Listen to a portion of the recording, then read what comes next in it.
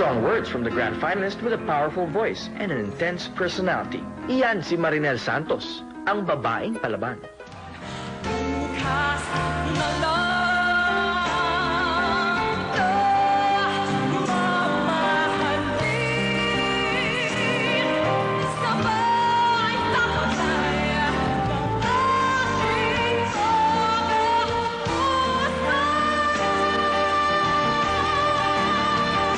Ngayong ang lapit na ni Marinel sa tagumpay, fight pa rin siya till the end.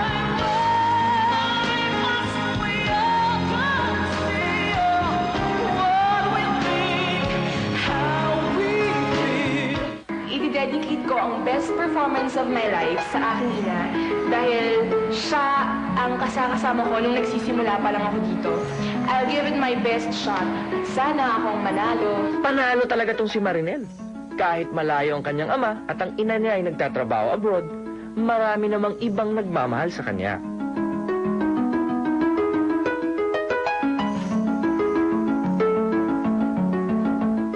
Sige, no kiss para kay Tino naman. Ay! Buksan mo. Na kay Marinel na ang pagkakataon. Ang layo na rin ang narating niya. Ang masasabi lang namin para sa kanya, go Marinel, go and fight. Ibang klase talaga si Marinel at syempre ibang klase ang mga nagmamahal sa kanya. Ito mga nagbibigay suporta at kung dito siya nagmana ng kanyang talento. Mga kaibigan, ilan po sa mga kamag-anak ni Marinel, si Lola Carmi, and ang kanyang mabuting ama, si Daddy Jingle.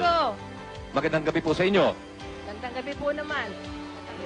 Nagulat ka ba nandito si Daddy? Hindi po. Hindi ka nagulat o nagulat ka? Hindi po. Alam ko po pupunta siya. Ayan, okay. Anyway, gusto naming malaman, Dad, kayo rin po ay isang singer at madalas din po kayo nag-abroad. Ano pong may papayo nyo po kay Marinel?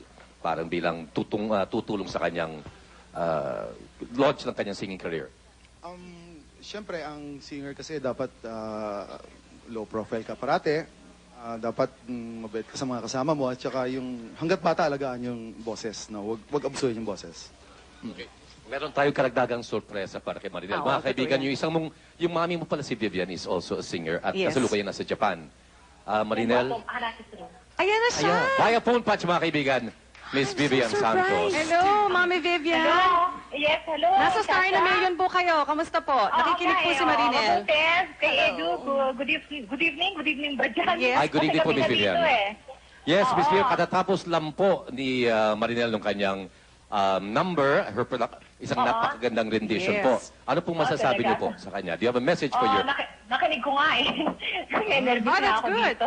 Ano pong mensahe niyo po para kay Marinel? Kumusta na si Marinel? Kumusta ka na, Nel? I'm very proud of you dahil isa ka na ngayon sa mga grand finalists. Talagang tuntua ako. Alam kong kaya mo kahit wala ako sa tabi mo, no? Di ba itong pangarap mo, anak, na maging isang artista at maging isang recording star? So, ito na ang iniintay mo, anak. Nag-attach siya. Ayaw niya maiyak, Mami. Pero ako naiiyak para sa kanya. Oo. Alam ko na, gusto rin niya talagang makatulong sa amin ng papa niya. At ayaw niya kasi niyang magkalayo-layo na kami. Kasi baby pa siya, umaalis na kami.